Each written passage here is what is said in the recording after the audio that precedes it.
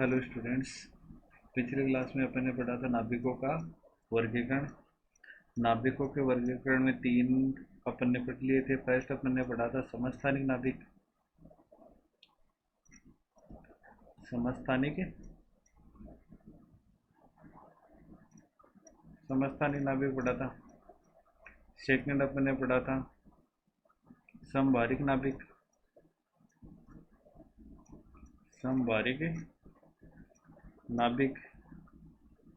और थर्ड अपन ने पढ़ा था समन्यूट्रॉनिक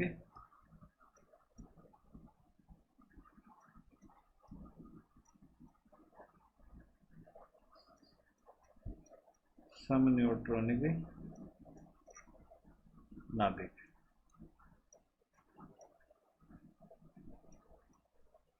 तीन के बाद अपन ने कर ली थी। समस्थानिक नाभिक में क्या था? जेड की वैल्यू सेम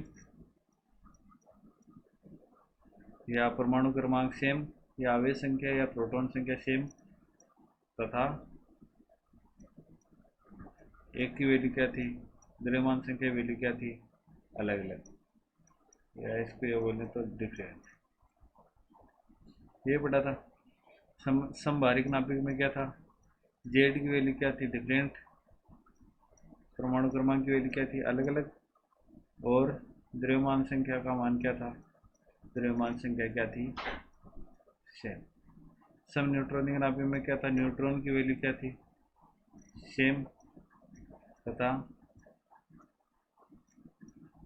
प्रोटॉन या द्रव्यमान संख्या की वैल्यू क्या थी, अलग अलग। यहाँ तक अपन ने पढ़ लिया था। अब तीन की बात कर ली थी। अब फोर्थ अपन पढ़ेंगे। चौथा है अपने पास समायोज्य नाभिक।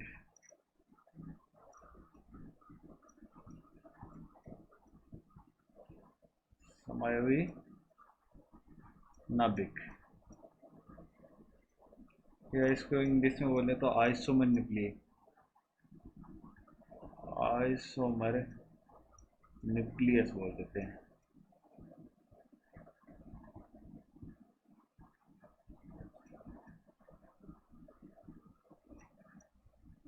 समायोज्य नाभिक में क्या होता है? वे नाभिक जिनके लिए द्रव्यमान संख्या, न्यूट्रॉन संख्या और प्रोटॉन संख्या क्या हो, सेम। वे नाभिक जिनके लिए द्रव्यमान संख्या एक की वैल्यू, प्रोटॉन संख्या p या z और न्यूट्रॉन संख्या तीनों की वैल्यू क्या हो, सेम। कौन से नाभिक हैं? समायोज्य नाभिक। लेकिन इन तीनों की वैल्यू तो क्या रहती है, इनमें सेम रहती है। सेम रहती है, लेकिन इसमें रेडियो एक्टिविटी का गुणधर्म क्या है, अलग अलग रहता है। इसमें क्या हुआ, द्रव्यमान संख्या ए, प्रोटॉन संख्या या आवेश संख्या की वैल्यू तथा न्यूट्रॉन संख्या की वैल्यू तो क्या रहेगी, सेम।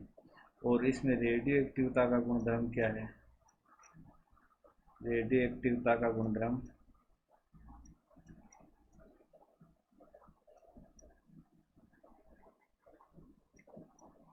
रेडियो एक्टिविटी का गुणधर्म क्या है, अलग अलग अलग।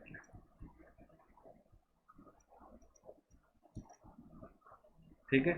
समायोज्य नाभिक में क्या हुआ, या आइसोमर न्यूक्लियस में क्या होगा, द्रव्यमान संख्या ए, प्रोटॉन संख्या या आवेश संख्या या परमाणु क्रमांक तथा न्यूट्रॉन संख्या की वैल्यू तो क्या रहेगी, सेम। और इसमें रेडियो एक्टिविटी का गुणधर्म क्या रहेगा, अलग अलग। वो नाभिक कौन से रहेंगे, समायोज्य नाभिक। अपन नाभिक को किससे शो करते थे, जेड अक्ष ऐसे। लेकिन समायोज्य नाभिक में क्या होगा, ए द्रव्यमान संख्या एक के साथ क्या आएगा, एम आ जाएगा। इसको शो करेंगे जेड अक्ष ए एम या जेड अक्ष ए एम। मतलब रेडियो एक्टिविटी का गुणधर्म अलग अलग है तो द्रव्यमान संख्या के साथ किसको शो करेंगे, एम।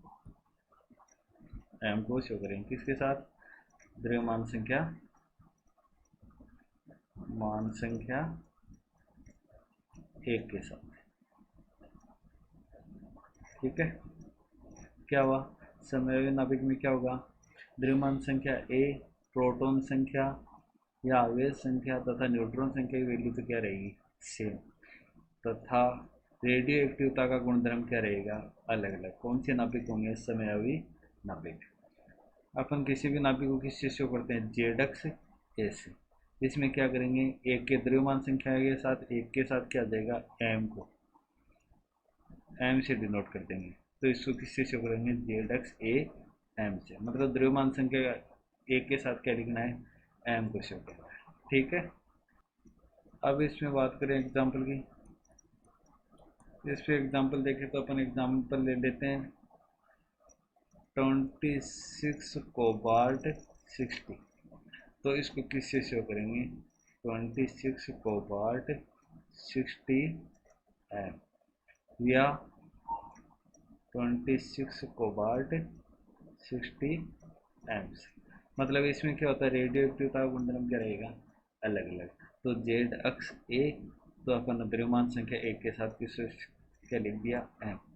ठीक है, ये हो गया अपने पास समयावी नाभिक। अब बात करेंगे फिफ्थ,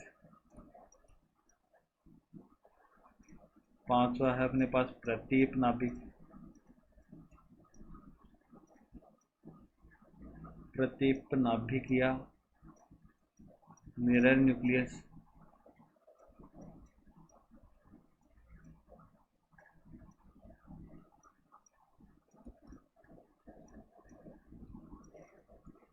प्रतीप नाभिक या मिरर न्यूक्लियस। ये कौन से नाभिक होते हैं, ये वे नाभिक होते हैं जिनके लिए प्रोटॉन संख्या दूसरे नाभिक के न्यूट्रॉन संख्या और न्यूट्रॉन संख्या दूसरे नाभिक के प्रोटॉन संख्या के समान हो। क्या हुआ, दो नाभिक है अपने पास, एक की प्रोटॉन संख्या दूसरे की न्यूट्रॉन संख्या के, और एक की न्यूट्रॉन संख्या दूसरे की प्रोटॉन संख्या की क्या होना चाहिए, समान होना चाहिए। वो नाभिक कौन से होंगे, प्रतीप नाभिक। इसको एग्जांपल से देखो, प्रतीप नाभिक, चलो देख लिख लेते हैं एक बार। प्रतीप नाभिक कौन से हैं, वे नाभिक जिनके लिए प्रोटॉन संख्या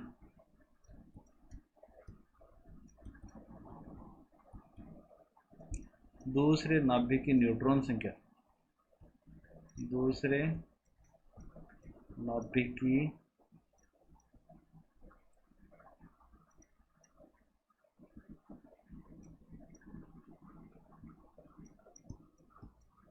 नाभिक की न्यूट्रॉन संख्या तथा न्यूट्रॉन संख्या दूसरे नाभिक की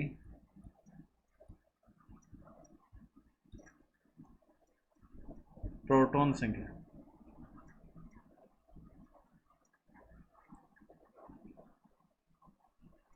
प्रोटॉन संख्या के समान।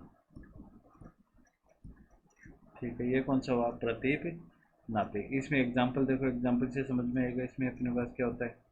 एग्जाम्पल है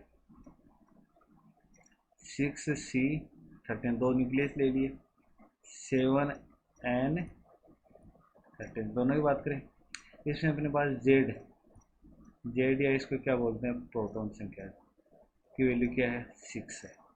द्रव्यमान संख्या यहाँ पर क्या है, 13 है। तो यहाँ पर न्यूट्रॉन संख्या क्या आएगी, A माइनस पी। तो यहाँ से क्या आ जाएगा, 13 माइनस 6 इक्वल टू क्या बन गया, 13 माइनस 6 इक्वल टू अपने पास यहाँ पर क्या आ गया, 7। इसकी बात करें, यहाँ पर अपने पास प्रोटॉन संख्या या जेड की वैल्यू क्या है, 7 है, और द्रव्यमान संख्या ए की वैल्यू क्या है, यहाँ पर 13 है। और यहाँ से अपने पास एन इक्वल टू क्या रह जाएगा, ए माइनस पी। तो यहाँ से एन इक्वल ए माइनस 13 माइनस कितना है, 7। तो यहाँ से न्यूट्रॉन की संख्या क्या आ जाएगा, कितना बच गया, 6। ठीक है। अब इसमें देखो अपने पास इसकी प्रोटॉन संख्या की वैल्यू क्या है, 6, और इसकी न्यूट्रॉन संख्या की वैल्यू क्या है, 6। और इसकी न्यूट्रॉन संख्या वैल्यू क्या है 7 और इसकी प्रोटॉन संख्या वैल्यू क्या है, प्रोटॉन संख्या वैल्यू क्या है 7। तो ये एक दूसरे के क्या हो गए, मिरर न्यूक्लियस, या इसको क्या बोल सकते हैं, एक दूसरे के क्या है, मिरर न्यूक्लियस। मतलब क्या हुआ, इसमें एक की प्रोटॉन संख्या दूसरी किसके बराबर होनी चाहिए, न्यूट्रॉन संख्या। इसकी 6 है तो इसकी भी क्या है, न्यूट्रॉन संख्या 6। और एक की न्यूट्रॉन संख्या दूसरे किसके बराबर होनी चाहिए, प्रोटॉन संख्या के। यहाँ पर इसकी न्यूट्रॉन संख्या क्या है 7 है, तो इसकी भी न्यूट्रॉन प्रोटॉन संख्या क्या है 7। तो ये दूसरे के क्या है, मिरर न्यूक्लियस।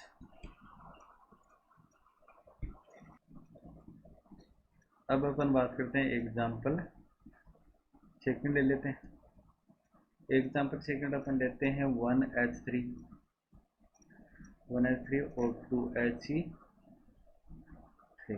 यहाँ पर देखो जेड या प्रोटॉन की संख्या की वैल्यू क्या है 1 है, और ए इक्वल टू यहाँ पर क्या है, द्रव्यमान संख्या क्या है 3 है।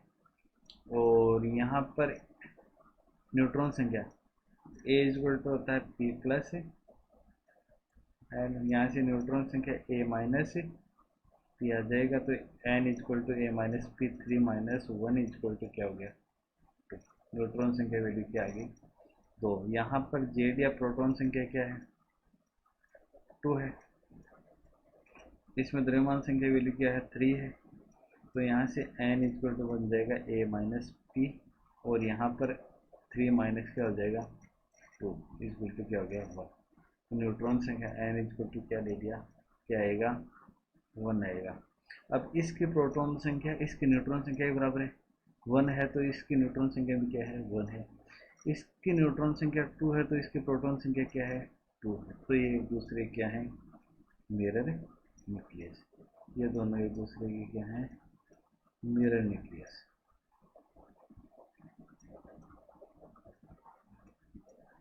आ गया मिरर न्यूक्लियस मुझे, या इसको बोल सकते हैं प्रतीप नाभिक, प्रतीप नाभिक।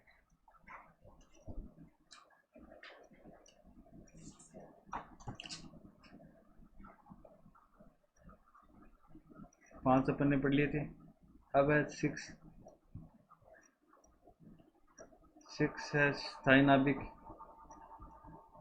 स्थायी नाभिक, स्टेबल न्यूक्लियस।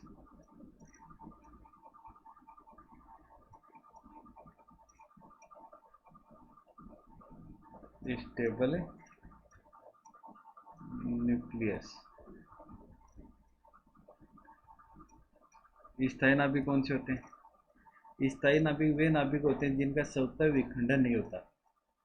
क्या नहीं होता, स्वतः विखंडन नहीं होता, या सामान्य विकिरणों द्वारा विखंडन नहीं होता। कौन से नाभिक हैं, स्थायी नाभिक।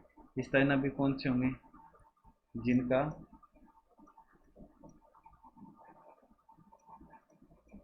जिनका जिनका स्वतः विखंडन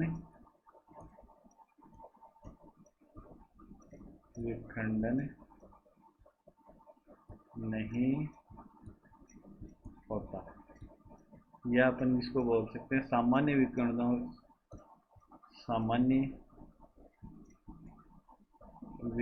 द्वारा विखंडन संभव नहीं है, विखंडन संभव नहीं है। इसके एग्जाम्पल हैं 7N14, 8O16, 6C12 एटसेट्रा। ठीक है, इस तरह भी कौन से होंगे जिनका स्वतः विखंडन नहीं होता, या सामान्य विकिरणों द्वारा विखंडन संभव नहीं है, वो कौन से रहेंगे, स्टेबल। ठीक है, अब 7 है अस्थायी नाभिक। अस्थायी नाभिक, या इसको बोलेंगे तो अनस्टेबल न्यूक्लियस, अनस्टेबल न्यूक्लियस।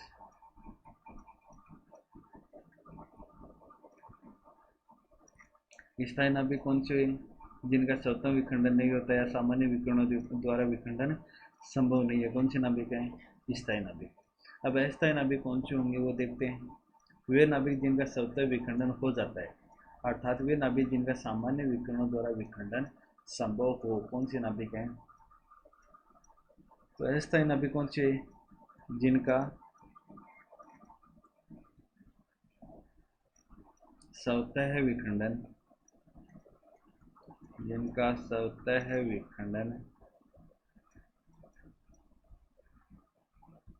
संभव हो,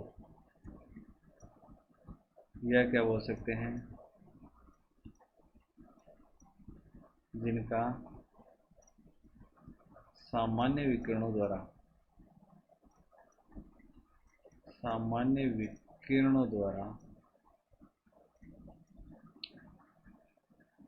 विखंडन संभव हो। कौन से नाभिक हैं? अस्थायी नाभिक। इसके लिए एग्जाम्पल होंगे 1H3,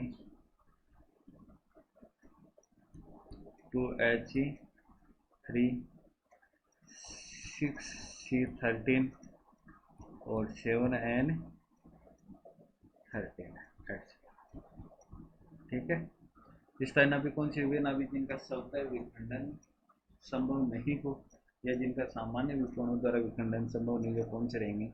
स्थायी नाभिक। और अस्थायी नाभिक कौन से होंगे? जिनका स्वतः विखंडन क्या हो?